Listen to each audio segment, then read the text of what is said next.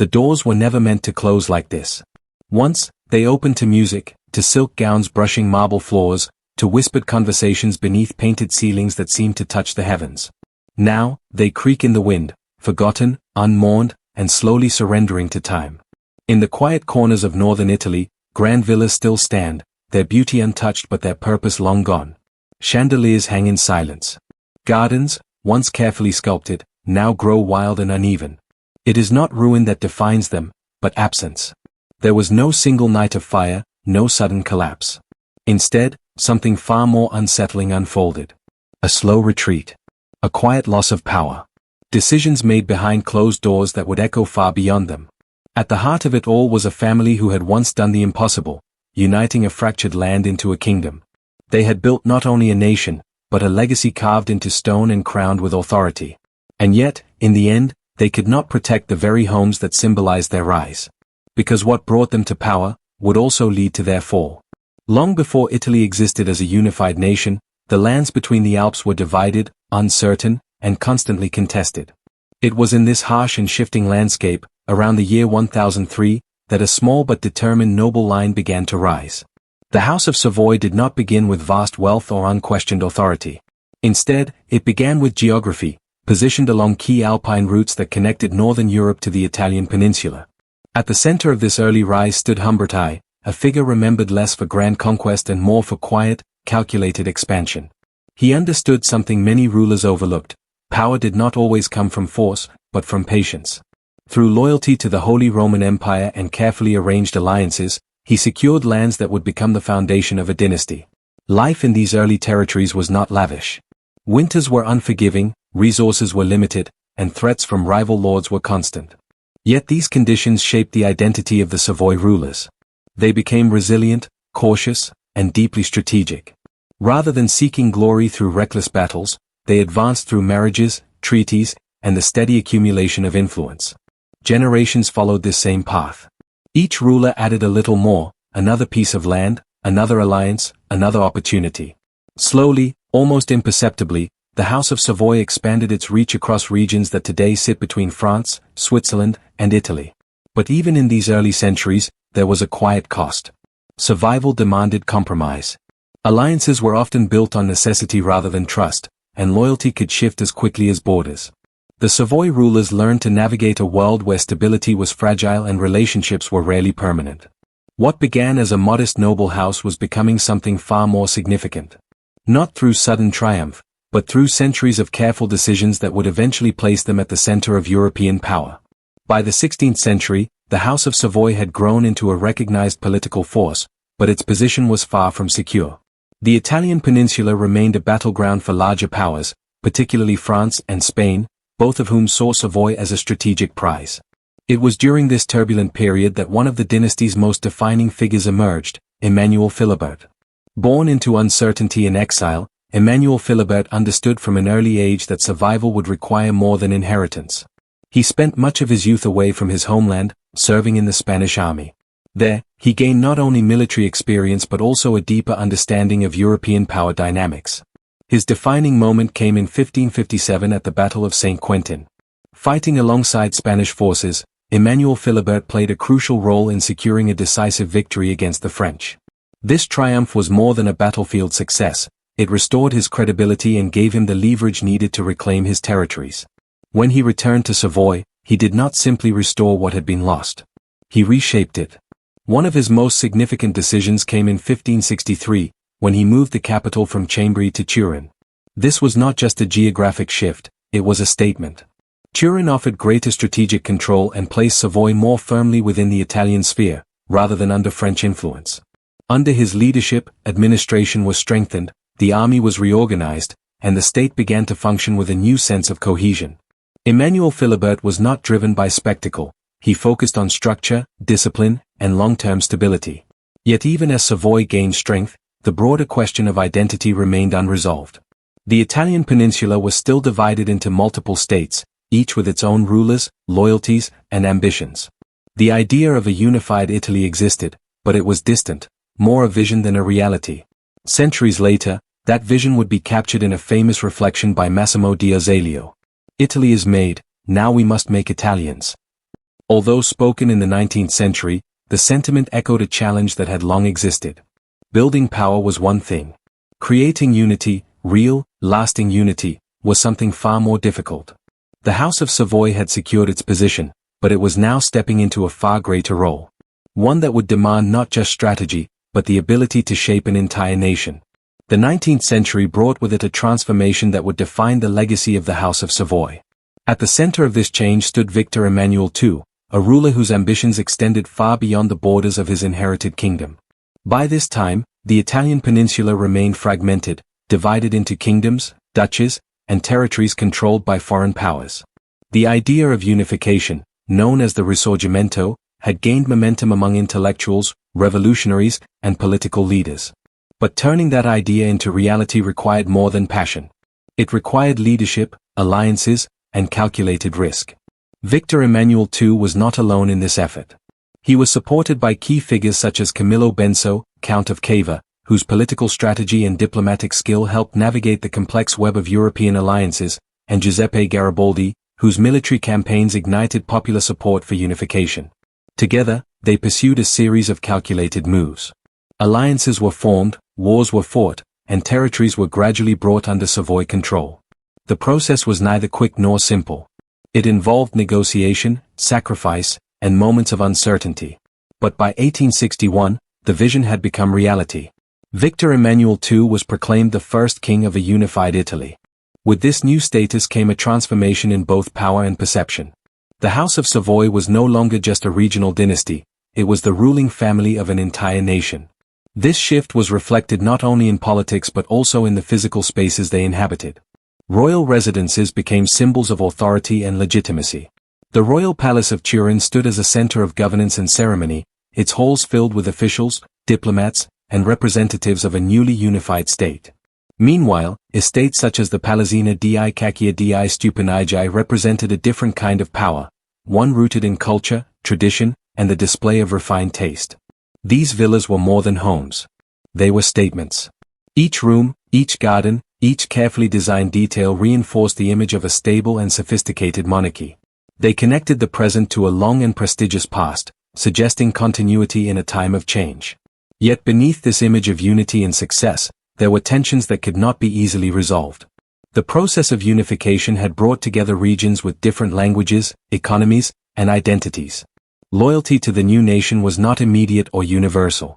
For many, the monarchy represented authority, but not necessarily belonging. The Savoy rulers, having achieved what generations before them could not, now faced a new challenge. They had built a kingdom, but maintaining it required more than political control.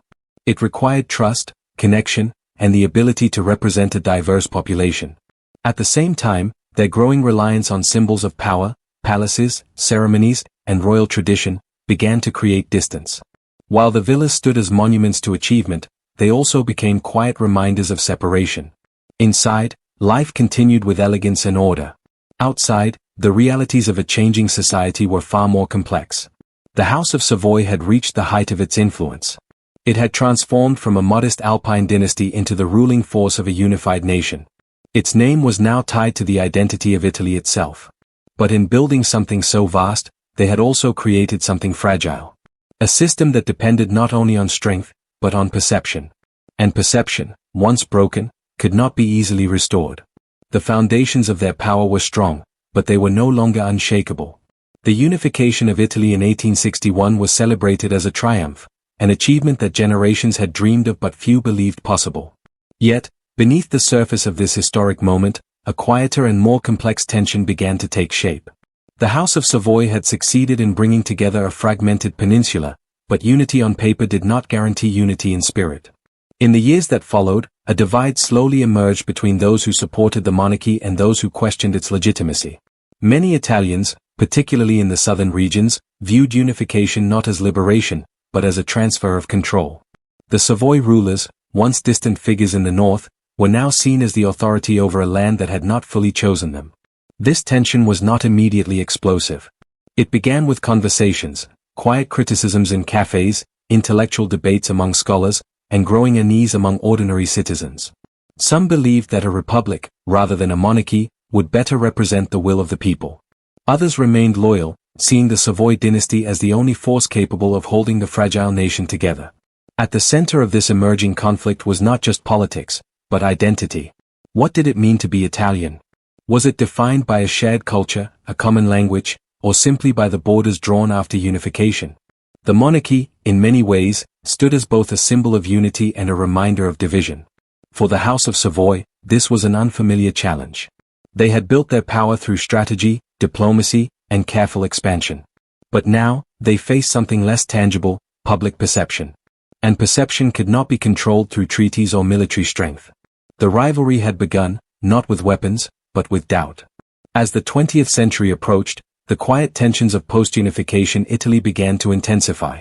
Economic struggles, regional inequalities, and political instability created an environment where dissatisfaction could no longer remain hidden. The monarchy, once seen as the architect of unity, increasingly became a target of criticism. When Victor Emmanuel III ascended to the throne in 1900, he inherited not only a kingdom, but a growing sense of unrest. Unlike his predecessors, Victor Emmanuel III ruled during a time when public opinion carried more weight than ever before. Newspapers, political movements, and public demonstrations all contributed to a shifting landscape in which authority was constantly questioned. The outbreak of World War I in 1915 further complicated matters. Italy's decision to enter the war brought both hope and hardship. While some saw it as an opportunity to strengthen national identity, others experienced it as a period of loss, sacrifice, and economic strain. The monarchy supported the war effort, aligning itself with a cause that would leave deep scars across the nation. In the aftermath of the war, Italy faced significant challenges. Economic instability led to unemployment and inflation, while social unrest grew among workers and veterans who felt abandoned. It was in this fragile environment that a new and dangerous force began to rise, Benito Mussolini. Mussolini presented himself as a solution to chaos.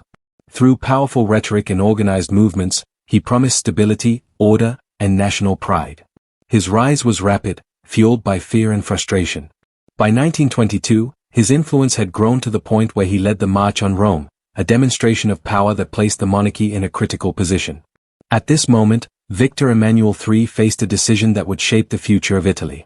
He had the authority to resist Mussolini, to uphold democratic principles, and to protect the fragile balance of power. Instead, he chose to appoint Mussolini as prime minister. This decision was not made lightly. It was influenced by the fear of civil war, the desire to maintain stability, and the hope that Mussolini could be controlled within the existing system. But in choosing short-term order over long-term principle, the monarchy took a step that would prove difficult to reverse. What followed was a gradual shift in power. Mussolini's government tightened its control, limiting opposition and reshaping the political landscape. The monarchy remained in place, but its role became increasingly symbolic. Authority still existed in name, but in reality, it was slipping away. The tension that had once been subtle was now unmistakable. The monarchy was no longer simply challenged, it was being overshadowed. As Mussolini consolidated power, Italy entered a new and unsettling phase. The balance between monarchy and state began to blur, creating a complex and often uneasy relationship. On the surface, the House of Savoy remained a symbol of continuity and tradition. Royal ceremonies continued, official appearances were maintained, and the image of stability was carefully preserved. But beneath this carefully managed appearance, the reality was far more uncertain. The monarchy's authority was no longer absolute.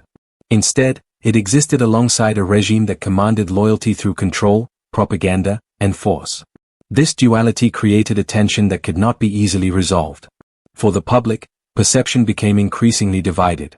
Some continued to view the monarchy as a stabilizing presence, a reminder of Italy's past and a symbol of national unity.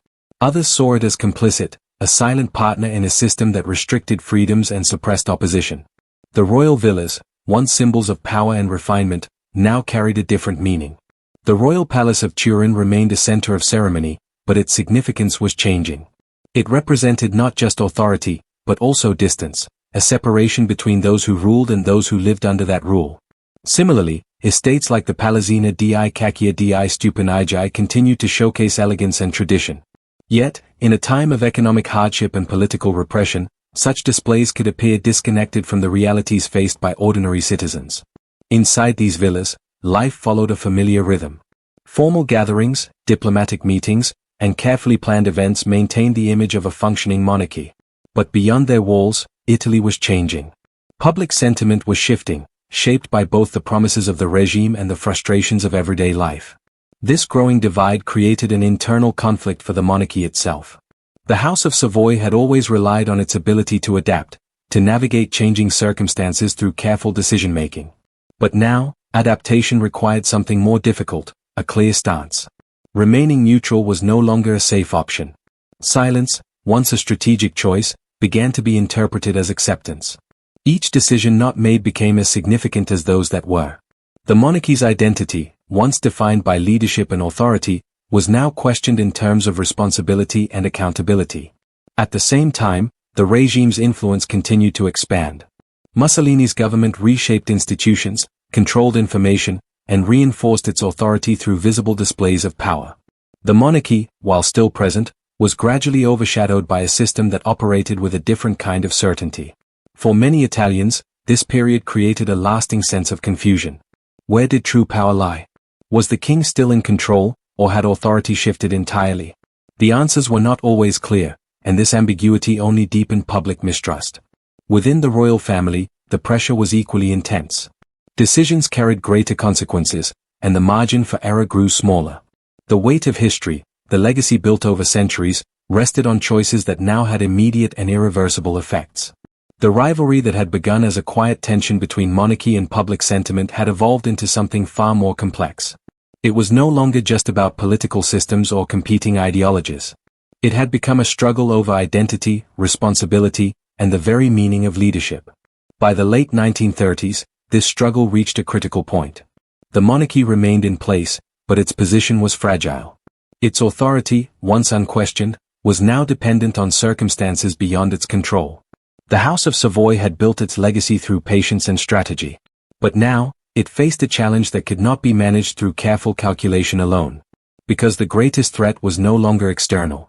It was the growing distance between what the monarchy represented and what the people believed. By the late 1930s, the fragile balance that had defined Italy for decades was beginning to fracture under the weight of decisions that could no longer be delayed. The monarchy, once the center of authority, now stood in the shadow of a regime that demanded complete loyalty and unquestioned control. In 1940, Italy entered World War II, aligning itself with Nazi Germany. The decision, driven largely by the ambitions of Benito Mussolini, marked a turning point that would test the limits of both the nation and its monarchy. For the House of Savoy, this was not simply a political alignment, it was a moment that would define how history would remember them. At the center of this unfolding crisis was Victor Emmanuel III. Though still king, his role had become increasingly constrained. The authority to shape Italy's direction existed in theory, but in practice, it was overshadowed by Mussolini's influence. As the war progressed, its impact became impossible to ignore. Italian cities faced bombings, resources grew scarce, and the cost of conflict reached into every corner of society. The promise of strength and expansion gave way to uncertainty and fear. Within royal residences, the atmosphere began to shift. The grand halls of the royal palace of Turin and other villas remained intact, but their purpose was changing. These spaces, once filled with ceremony and confidence, now echoed with quiet concern. Decisions made within their walls carried consequences far beyond them. The monarchy found itself caught between two realities. On one side was the need to maintain stability, to avoid chaos in a nation already under strain. On the other was the growing awareness that continued association with the regime risked permanent damage to its legitimacy. There was no clear path forward. Every option carried risk. Every delay deepened the uncertainty. The stage had been set, not for a sudden collapse, but for a confrontation that had been building for years. By 1943, the pressure had reached a breaking point. The war, once presented as an opportunity, had become a burden that Italy could no longer sustain. Military failures, economic hardship, and growing public dissatisfaction created an environment where change was not only possible, it was inevitable. In July of that year, Mussolini was removed from power. It was a moment that could have redefined the role of the monarchy. After years of shared authority, the removal of the regime's leader offered a chance to reclaim control and restore confidence. King Victor Emmanuel III acted quickly, ordering Mussolini's arrest and appointing a new government. On the surface, this appeared to be a decisive move, a clear attempt to distance the monarchy from the failures of the regime. But for many Italians, the timing raised difficult questions. Why now? 4 years, the monarchy had coexisted with Mussolini's rule. It had allowed policies to be implemented, freedoms to be restricted, and decisions to be made in its name. The sudden shift in position, though significant, did not erase the past. Public reaction was mixed. Some saw the king's actions as a necessary step toward recovery, a chance to guide Italy out of crisis. Others viewed it as too little, too late, a response driven not by principle, but by necessity. The situation quickly grew more complex. Following Mussolini's removal, Italy entered a period of instability. German forces moved to occupy large parts of the country, while resistance movements began to form. The monarchy, attempting to navigate this rapidly changing landscape, made a decision that would further complicate its position. Victor Emmanuel III and the royal family fled Rome, seeking safety in the south. This act, intended to preserve leadership and continuity, was interpreted by many as abandonment. At a time when the nation faced uncertainty and danger, the absence of its monarch created a sense of disconnection that could not be easily repaired. The confrontation was no longer confined to political structures. It had become deeply personal. Trust, once a cornerstone of authority, was now fragile. The monarchy's attempt to regain control was overshadowed by the perception that it had stepped away when its presence was most needed. What could have been a moment of renewal became a turning point in a different direction. The distance between the monarchy and the people had reached its greatest extent. As the war drew to a close, Italy faced not only the task of rebuilding its cities and economy, but also the challenge of redefining its identity. Years of conflict, political upheaval, and shifting alliances had left a nation searching for stability and direction. For the House of Savoy, this period represented the culmination of choices made over decades. The authority they had once held was no longer secure. Instead, it was subject to public judgment in a way that had never been seen before. In 1946, that judgment took a formal and irreversible form. A national referendum was held to determine the future of Italy's political system. For the first time, the people were given the opportunity to decide whether the monarchy would continue or whether the country would become a republic. The result was close, but decisive. Approximately 54% of voters chose to abolish the monarchy, while 46% supported its continuation. The difference, though not overwhelming, was enough to bring an end to a dynasty that had ruled for centuries. The consequences were immediate. The monarchy was abolished, and the royal family was forced into exile. Umberto II, who had briefly assumed the throne in an attempt to restore confidence, left the country alongside his family. Their departure marked not just a political transition, but the end of an era. The royal villas, once vibrant centers of power and culture, were left behind. Without their occupants, these grand spaces lost their original purpose. The halls that had once hosted diplomatic meetings, celebrations, and moments of decision now stood in silence.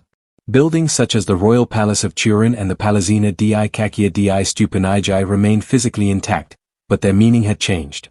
They were no longer symbols of authority, they had become reminders of a past that could not be restored. For the public, the end of the monarchy represented both closure and uncertainty. The decision to become a republic reflected a desire for change, for a system that would better represent the will of the people. But it also required letting go of a legacy that had been intertwined with the nation's history. For the House of Savoy, the loss was more personal. Exile meant more than physical separation from their homeland. It represented a break in identity, a shift from rulers to figures of history.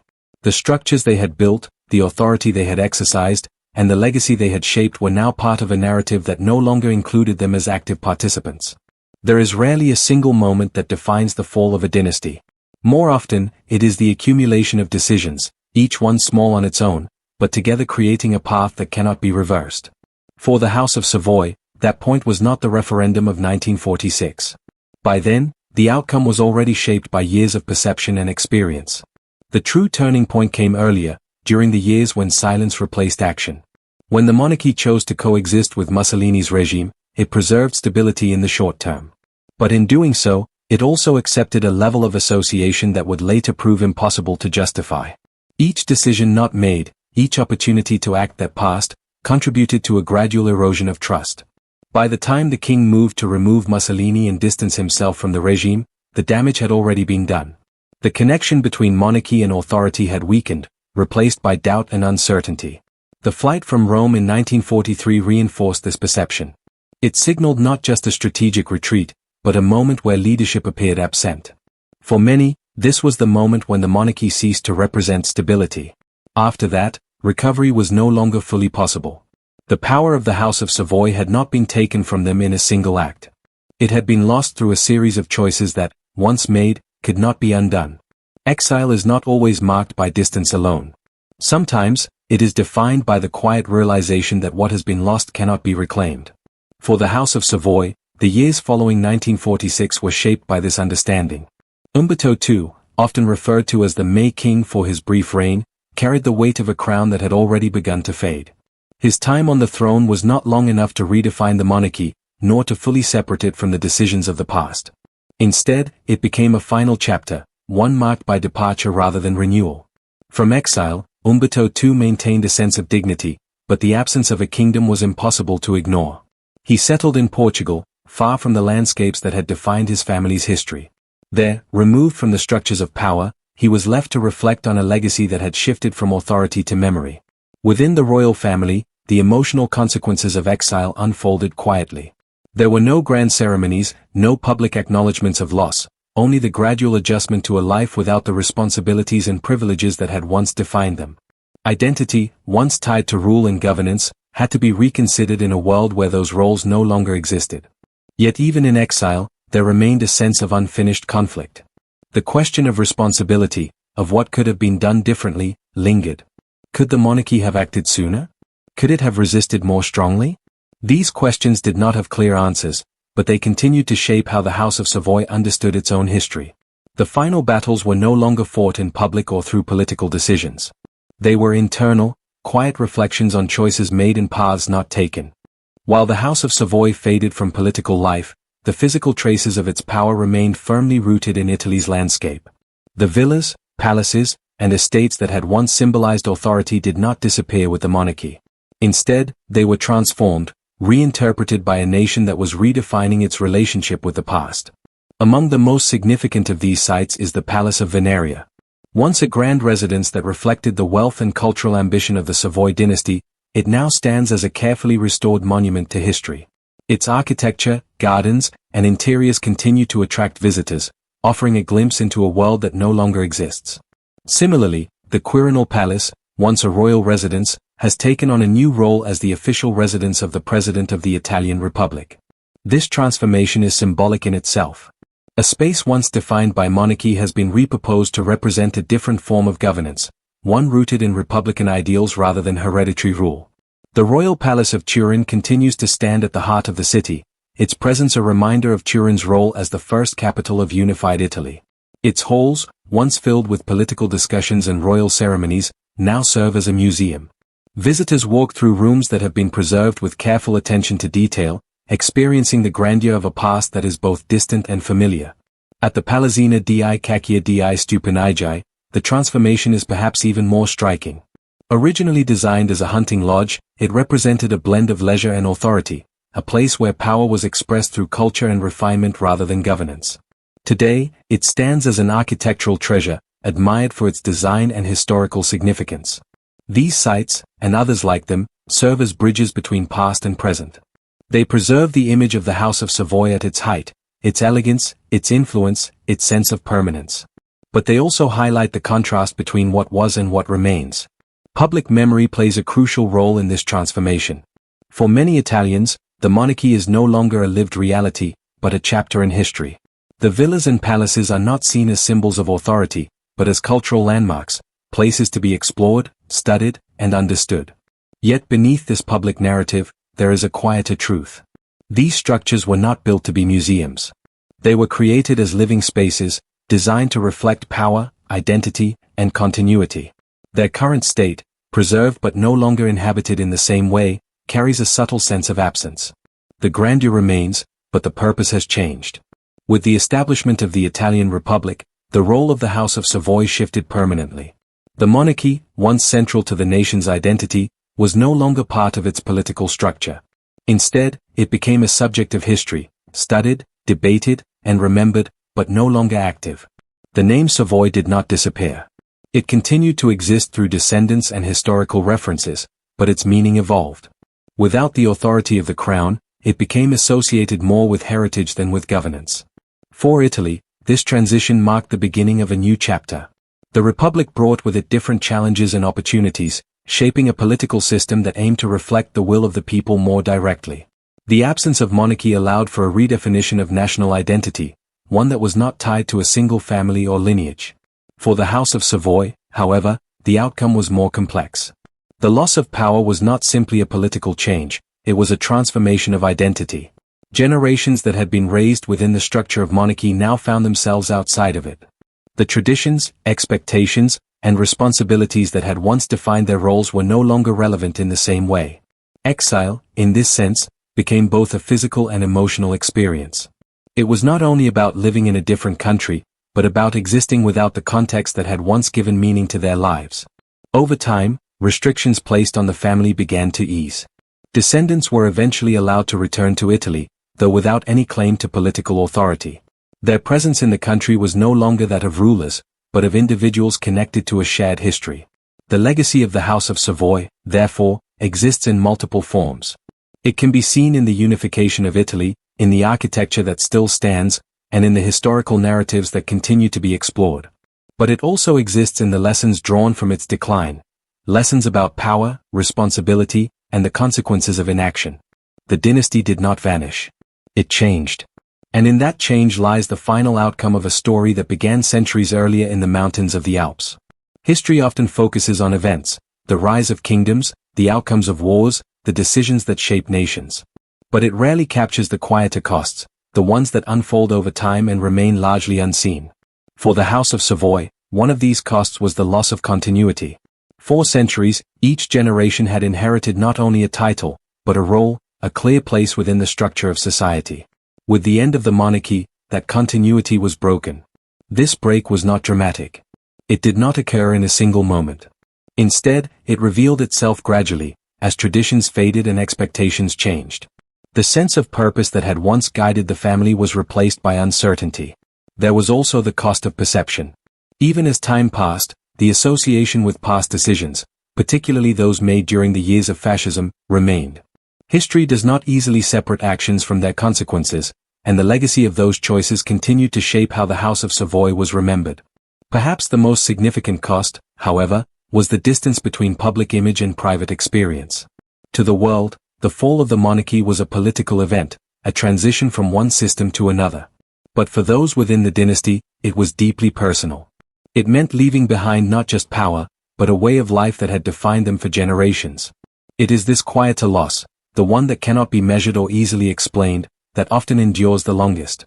The story of the House of Savoy is not one of sudden collapse, but of gradual transformation, of power built over centuries and lost through moments that seemed small at the time. They began as a modest noble family in the Alps, shaped by hardship and driven by careful ambition. Through patience, alliances, and strategic decisions, they expanded their influence step by step, eventually achieving what few had imagined possible, the unification of Italy under a single crown. It was a triumph that placed them at the center of history. But power, once secured, demands more than preservation. It requires judgment, clarity, and the willingness to act when it matters most. For the House of Savoy, the challenge was no longer how to gain authority, but how to sustain trust.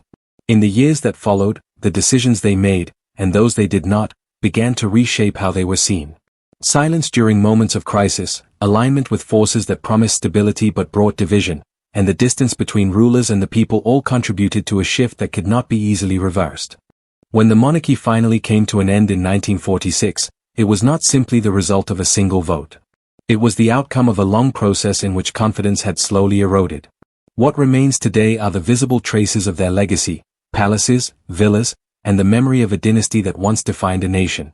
These structures stand not only as symbols of achievement, but also as reminders of how fragile power can be when it is separated from those it seeks to lead. In the end, the House of Savoy gained a kingdom. But what they lost could not be rebuilt. Because history rarely allows both power and trust to survive together once one begins to fade.